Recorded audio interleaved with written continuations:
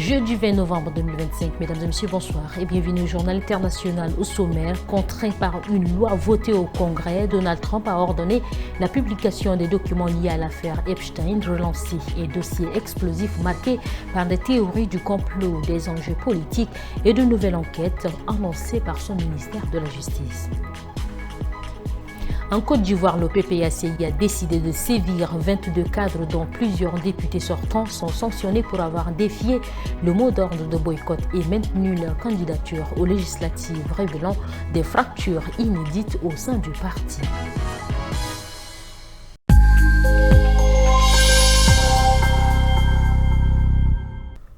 Au lendemain de la large adoption par le Congrès américain de la proposition de loi portant sur la transparence dans le dossier Epstein, le président américain a signé le texte qui contraint son administration à rendre public l'ensemble des documents relatifs à cette affaire qui sont en possession des autorités. Il s'y est longtemps opposé, mais il a fini par s'y résigner. Donald Trump a promulgué une loi qui contraint son gouvernement à rendre public l'ensemble des documents des autorités dans l'affaire Epstein, mercredi 19 novembre. Je viens juste de signer la loi pour rendre public le dossier Epstein, a écrit le président américain dans un long message sur son réseau Truth Social, accusant encore une fois ses opposants démocrates d'avoir caché la vérité. Voté la veille au Congrès, le texte donne un mois au ministère de la Justice pour rendre disponible l'intégralité des documents non classifiés en sa possession sur le financier new-yorkais mort en prison en 2019 avant son procès pour crimes sexuels sur sa complice Ghislaine Maxwell qui purge une peine de 20 ans de prison et sur toutes les personnes impliquées dans les procédures judiciaires liées. Le suicide de Jeffrey Epstein dans sa cellule a alimenté d'innombrables théories du complot selon lesquelles ce financier aux vastes relations dans les milieux politiques, d'affaires et du divertissement aurait été assassiné pour empêcher des révélations embarrassantes. Lors d'une rencontre au palais présidentiel au Sénégal avec des membres du bureau politique du parti au pouvoir dans la soirée du mardi 18 novembre, le chef de l'État a tenu des propos visant à mettre fin aux rumeurs de distanciation avec son Premier ministre, qui a de son côté repris son poste et participé au Conseil des ministres de ce mercredi, après s'être absenté pour quelques jours de repos. S'agit-il des premiers signes de dégel dans le conflit qui oppose le président Bassirou Diomaye Faye à son Premier ministre Ousmane Sonko au Sénégal? Au plus haut sommet de l'État, l'ambiance semble, quoi qu'il en soit, se réchauffer.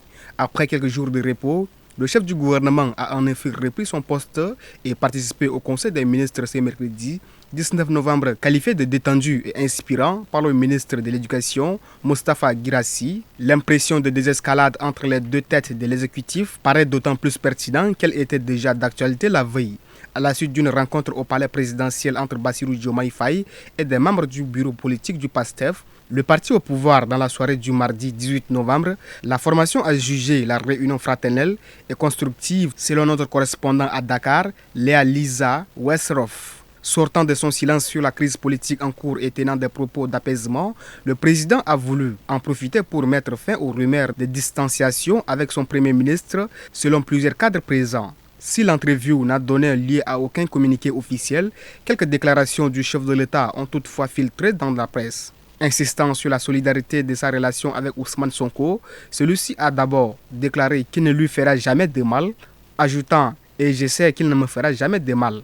Non plus. Puis, il a aussi réaffirmé son engagement politique, balayant toute éventualité d'une rupture au sein du PASTEF. Je reste dans le parti, a-t-il dit. Soulignant aussi au passage le fait qu'il n'avait jamais interrompu le contact avec son Premier ministre. Quant à la question cruciale de sa candidature à la prochaine présidentielle, le chef de l'État a subtilement botté en touche, affirmant qu'il ne savait pas s'il serait encore vivant en 2029. Cette déclaration suffirait-elle à décrypter la majorité présidentielle et le bon fonctionnement du tandem aux manettes du Sénégal, ainsi qu'à rassurer une base militante inquiète? La coalition au pouvoir a en tout cas enregistré 180 nouvelles demandes d'adhésion ces derniers jours comme autant de soutien. Si le point d'orgue de son voyage sera le sommet du G20 à Johannesburg les 22 et 23 novembre, le président français entend plus largement profiter de ce déplacement pour renouveler la relation entre la France et l'Afrique dans la logique des partenariats plus équilibrés. Attendu dès ce jeudi 20 novembre à Maurice, il se rendra ensuite en Afrique du Sud, au Gabon et en Angola.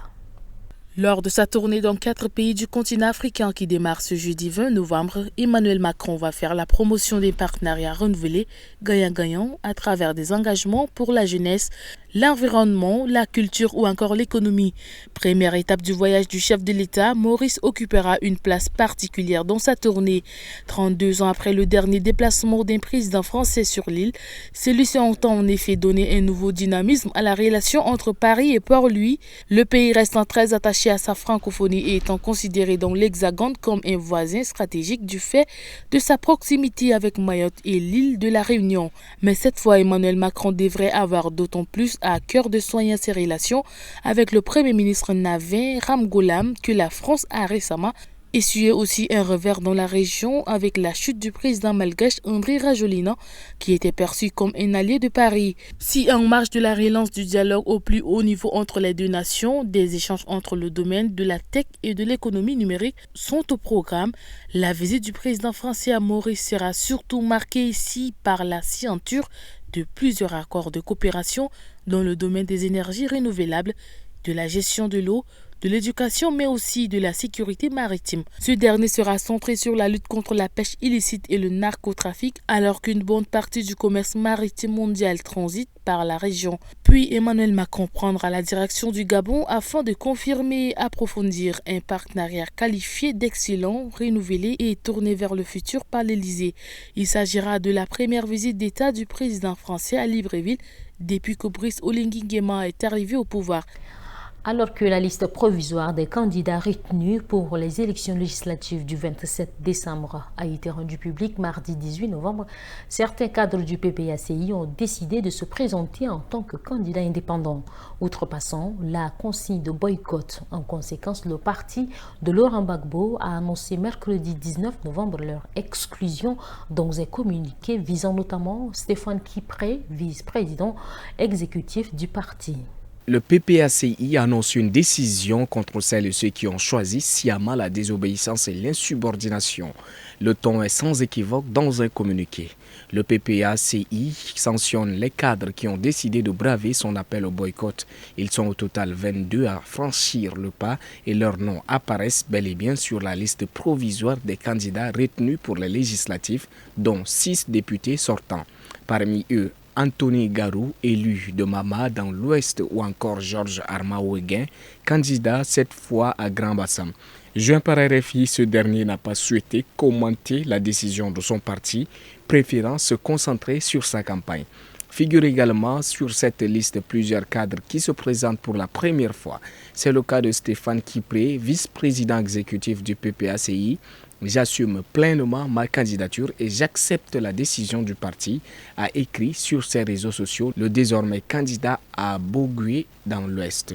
Autre figure en rupture avec la ligne officielle, Blaise Lasme en lice à Dabo, mais sous la bannière du PDCI RDA, le parti dirigé par Tidiane Thiam, allié du PPACI au sein du Front commun, a pour sa part choisi de participer au scrutin.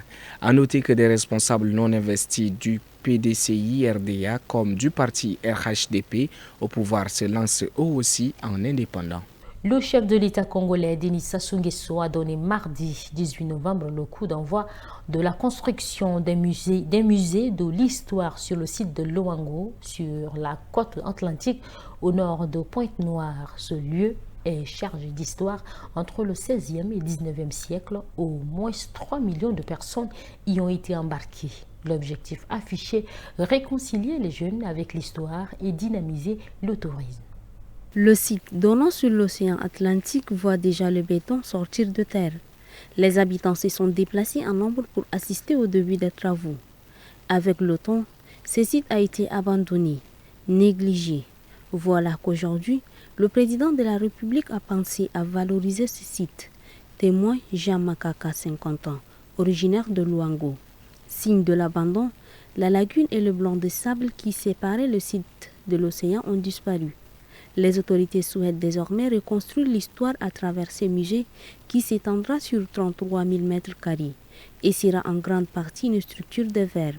Selon les spécialistes, au moins 3 millions de citoyens congolais et d'autres pays d'Afrique centrale ont été déportés outre-Atlantique pendant la traite négrière. Alexis Balou, enseignant d'histoire au séminaire de Luango, ému, explique. Ici, il y avait un chemin qu'on appelait le chemin de non-retour. Ceux qui partaient ne revenaient plus. Donc, c'est un lieu bourré d'histoire, dit-il. Il y a plusieurs autres ports d'embarquement et fort est de constater que les différents pays qui ont hébergé ce lieu les ont mis en avant.